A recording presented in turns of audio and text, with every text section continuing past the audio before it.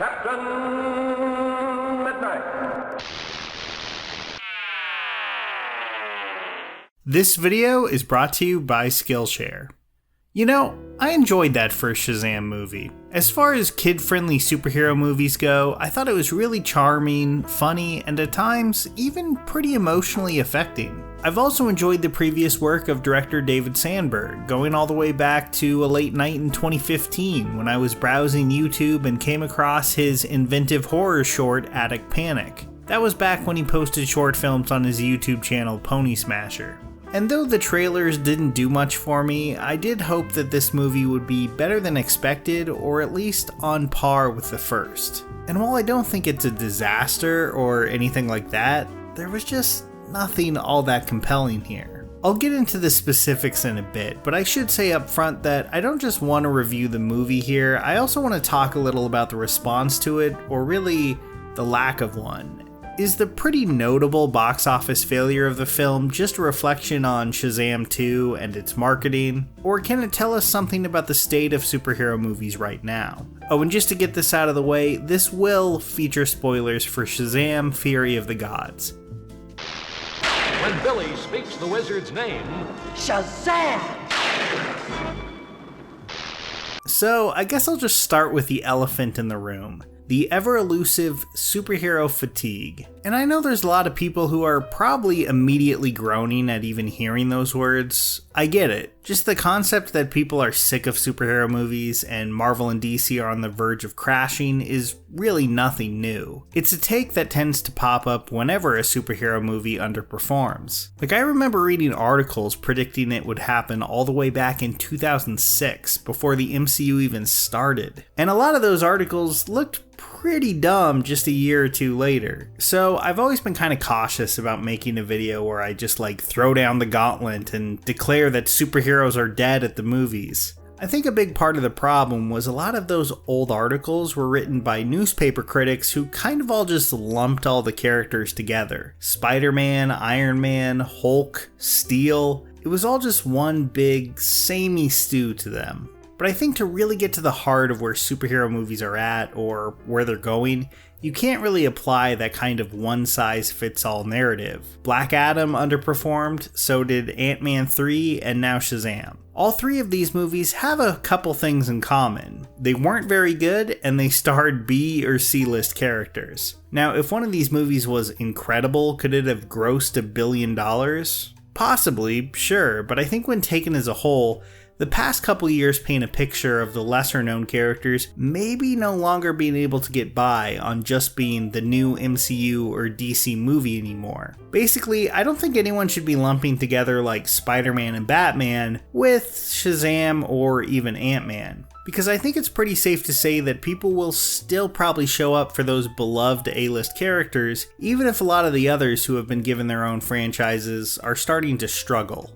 Thor 4 and Wakanda Forever underperformed compared to their predecessors, but they still had fairly strong returns. And then there's No Way Home, which wasn't that long ago and obviously cleaned up. I think these upcoming months, with the Captain Marvel sequel Marvels and Guardians Volume 3, will be a real test of how invested people are in the MCU outside of Spider-Man, or characters that are no longer in it, like Tony Stark and Steve Rogers.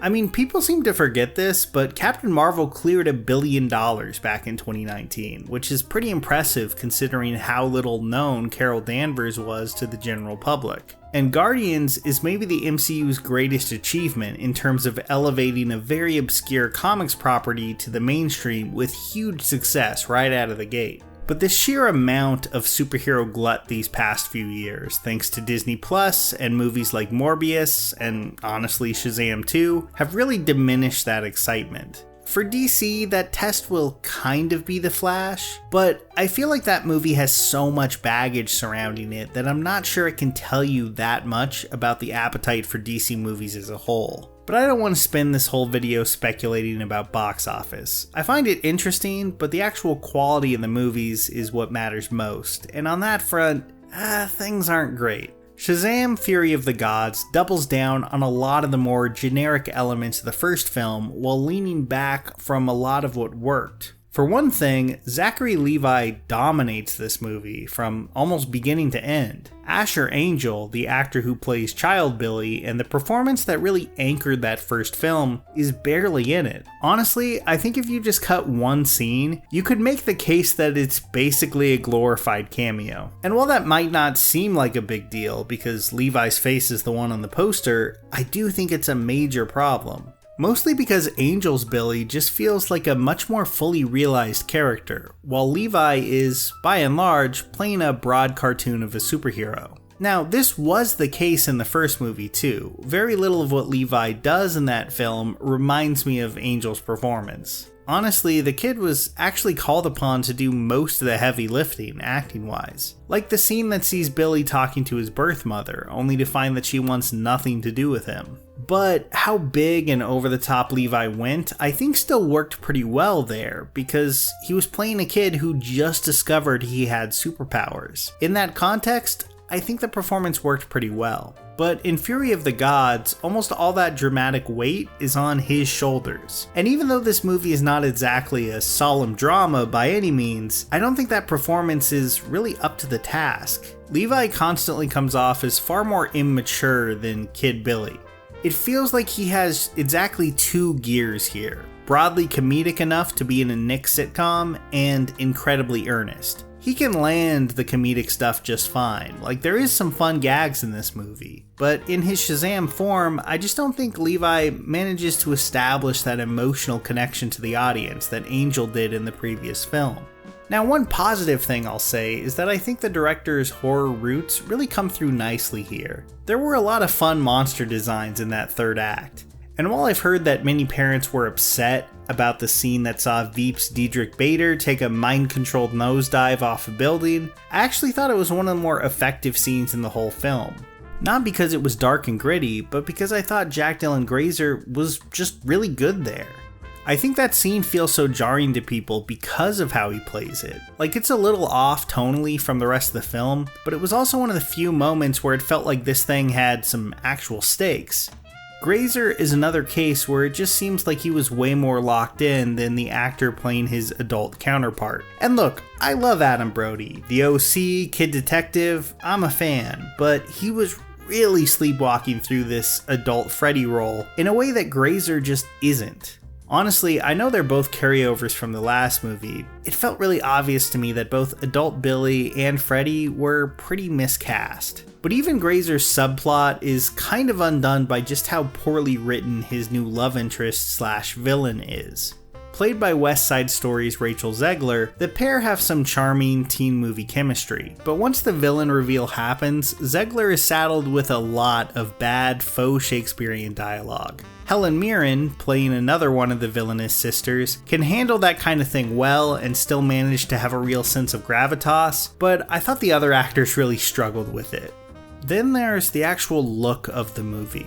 It's all competently shot, but sitting there watching the John Wick 4 trailer before it started really put into stark contrast just how lifeless this film feels in comparison. And, maybe it isn't fair to single out Shazam for this. I mean, I've liked MCU movies that have pretty bland visual styles too. But those early Shazam comics are so strange, colorful, and constantly visually inventive that it does kind of bother me how sterile the film feels.